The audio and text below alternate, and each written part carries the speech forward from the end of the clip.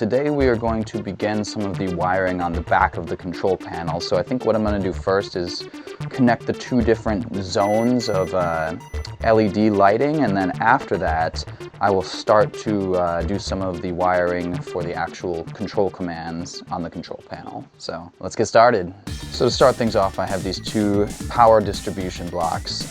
These are going to be used to control the two different zones of LED lighting. So one will have to be for the inner two controls, one will have to be for the outer two controls. So I'm going to get these mounted somewhere safe on here first, being careful to avoid any of the parts where the plastic will be touching eventually. So I think right here roughly should be safe. Cool. That looks pretty good to me. We're going to use some goofy non-standard colors for this because I really want to get this done today. I don't feel like waiting to order more wire, and I have more wire, just not the color I was imagining, but we will be able to make this work. We're just going to use up some of this surplus.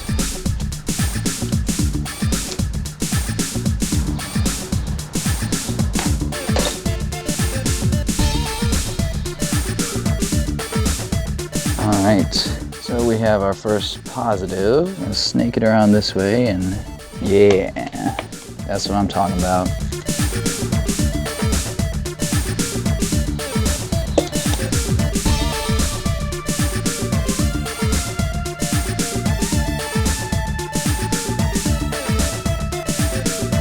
All right, just a real quick, short little update. So I've been sanding. I have a couple of these. So this one was just sanded but not painted yet, and then this one has one layer of spray paint primer on it. And I'm just experimenting a little bit with the post-processing. So I hit it with the 120 grit, then the 240 grit, then 600, and then like 1500 or something crazy. But I just want to see how good of a finish we can get on this. So I think this one I will sand one more time and then paint again, and then this one I'm just gonna paint once for now.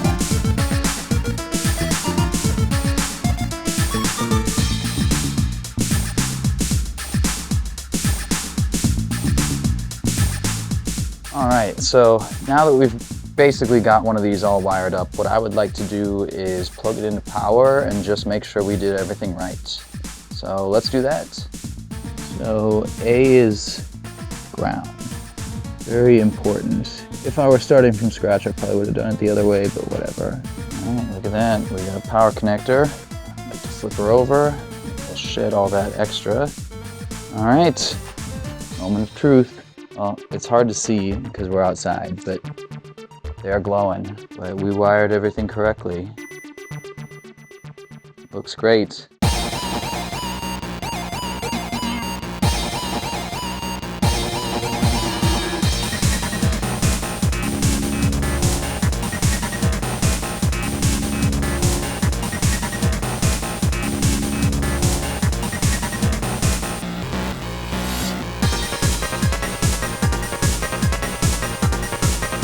Alright, so just real quickly here, I'll show you. I have all the wiring done for the lighting. It took a little bit longer than I thought it would. I did have to use some surplus blue wire. I think it works great. So this side here will be the 4-player mode. Everything's going to be on for that. When it's in 2-player mode, just these two will be on. All right, it is the day after Memorial Day, and after I put this into place to test it, I realized that there is a section here where the plastic extends out about 45 millimeters past the last screw hole, which I could have measured before, but I just didn't think it'd be a problem. So I had to do some additional routing of this wire here, and I had to use some more non-standard wire because I'm running low on that 22 gauge. All right, I'm just testing all the lighting features here. This one's gonna require 12 volts, so that's why it's not lit up yet. But I just plugged 5 volts into both those boards. Does it ever look good? These even look good, and I thought that those ones were kind of trash, so. It is Thursday, and we're gonna be doing a lot of stuff over the next 2 days. So what I'm gonna start with today is this is the lower back panel. I need to cut a hole in this to accommodate the new power connector. So it's going to be a 120 volt plug that goes right into here, but we need to make this hole bigger to fit the piece that we already bought. So we're going to do that first, and then we're going to get these painted. I decided we're going to go with black. After that, we'll get back to the control panel stuff. So let's get started.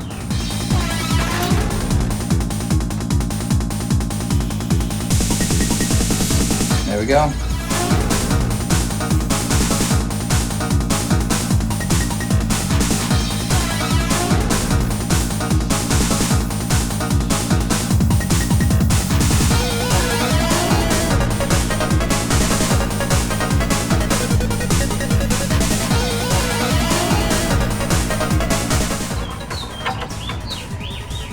In there, and it fits in there. All right, for our next drilling project, I have the finished designs of the Genesis motherboard mounts, and I have hot glued them in place where they need to be on here to exactly line up perfectly with the control panel and the collar and everything to get the cartridge right where it needs to be.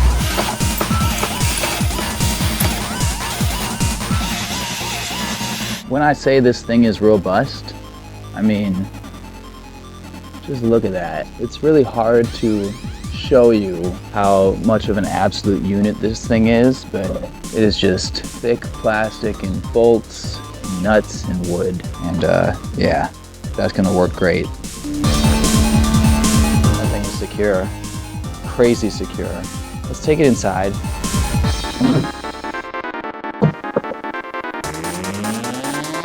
It's pretty good.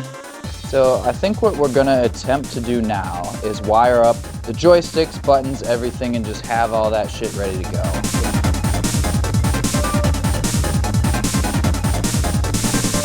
All right, we're back outside. I didn't think we would be back outside again today, but here we are. This is the speaker panel. I have everything taken apart again because I want to put the speaker grills on right now, and I want to experiment a little bit more with the marquee and maybe try to incorporate that second print somewhere behind it, kind of sandwiched in with it, to see if we can darken some of those dark areas a little bit more. Let's get started on this quick. I just need to drill some holes and attach those, and then we'll head back inside and look at the marquee.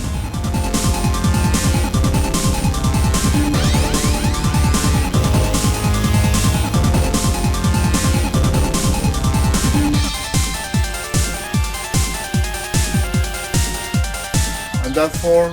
This is for like the top of the arcade, so the sound comes out of this. Oh, so there's okay. two speakers on the back side of this.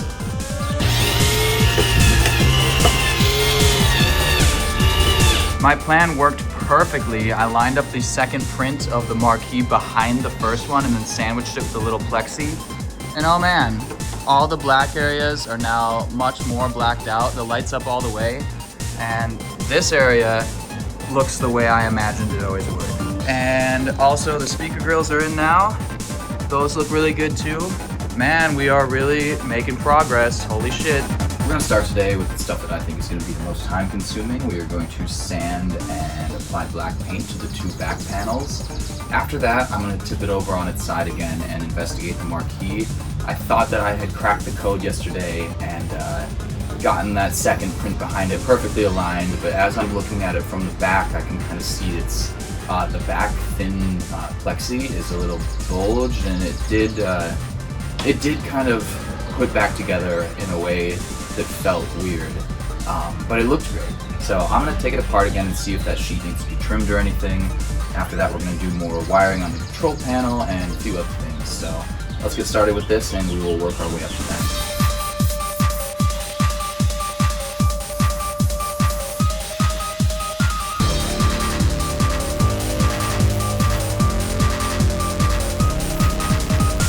Well, I cracked it back open and I used a little tiny bit of Scotch tape on the edges, and we got rid of the bulging problem, but if you look really, really close, there is a little bit of an offset still.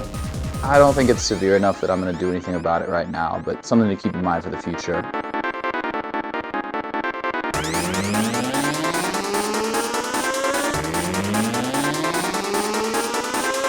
Alright, I'll let you get one look at everything going on in the control panel before I close it up. We have all of the buttons wired with their proper cabling. So all of that's taken care of. So switch 1 there will control the relays and the LEDs. So basically it takes, this one always has 5 volts, this distribution block on the left. It takes plus 5 volts and sends it to this second block, which turns on all the LEDs, and then that has a power output, which will go to the proper relays. And then switch 2 will be hooked up to a separated relay system that's going to control which controller plug is plugged in to what. That is a game-specific thing that I will explain more a little bit later, but everything's all wired up. I'm gonna close it up and then I'll demo it for you. And so I've got it all wired up to just a power strip right now, but we have 12 volts and 5 volts going in. The way that the wiring was for the latching push buttons, these ones had options to be able to have the light turn on and off with the actual switch. It didn't really work for what I was trying to do because I'm not just putting a 12 volt load into them. It's a little bit more complicated than that. So they're just gonna be on all the time, but basically this one here toggles 2-player, 4-player. So if I hit it, bam, look at that. Which then sends power to the relays, and it is 4-player mode. When this is pushed in, by default it's just in 2-player mode, but there's 4-player mode, and then this one will switch that R6, I believe it is.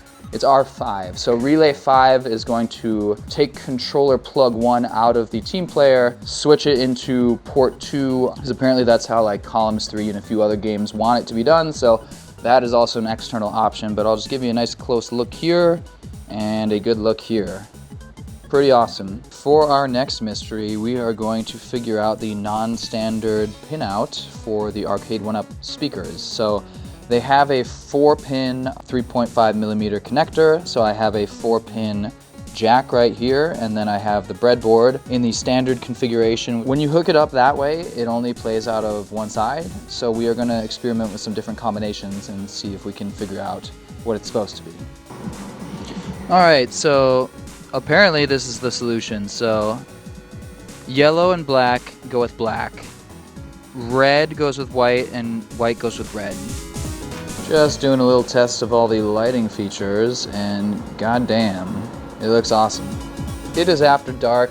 It is like 9 o'clock Friday night, and I should be done working for the day, but man, the marquee thing is just really bothering me, so we're gonna try once and for all to get this aligned correctly so that when one sits on top of the other, you see kind of the offset problem, but when you get it perfectly lined up, it looks really good, and it blocks out the black so much better, which isn't really how this is meant to be, but I just think it's a really neat idea. I'm gonna try one more time, see if we can't get it. So due to our recent information we learned about the team player, we had to solder some new wires to the bottom of it. I've already covered them with electrical tape, but they were very tiny and annoying. But these are gonna go to the new relays 5 and 6. It is Saturday morning, and there's a few things I'm going to try to accomplish today before we call it a week's worth of work. I think we're going to try to get the power supply, the actual power supply in there today. We're close to wrapping it up for the week, so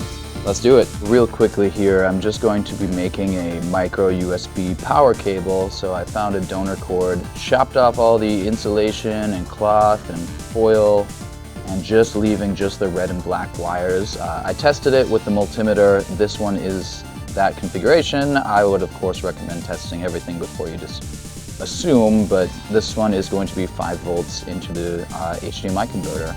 About half, a little over half of the internal wiring is done, so we have all the 12 volt stuff hooked up. So power supply is down here. Got 12 volt main coming out of that, and it goes up to this distribution block right here. That goes to the marquee lights and the Genesis and the monitor and the control panel and the subwoofer, which then outputs up the side here and goes up to the top speakers, which we solve the input problem with that. Genesis has power and video. The Hyperkin converter is right here. It has 5 volts power coming off of not this block. This one's going to be the switched, actually, so that'll be for all the relays. But we got 5 volt mains right here. It's just a cord right now, and it splits off, one for the control panel and one for the Hyperkin. I know it's probably kind of hard to see, but we have the power supply hooked up to our receptacle. I'm going to put the back panel on and plug it in and pray we don't start a fire. Alright, so we've got everything but the control panel hooked up, and the thing I'm noticing is I was only getting audio out of one speaker, and then the other speaker was like buzzing. Alright, well, we've got the power supply wired up, we've got game running on the Genesis, and it looks fine. I originally was only getting mono audio with some pretty obvious distortion in the other speaker, and I tried a couple different combinations of things, and now I'm just not getting any audio at all. I think that's where we gotta call it this week. I will do my best to research what could be going on and test some things, troubleshoot some things, see if the Genesis isn't outputting audio or if it's something to do with the HDMI adapter or whatever it may be. But either way, we're in a really good spot. We will continue this next week.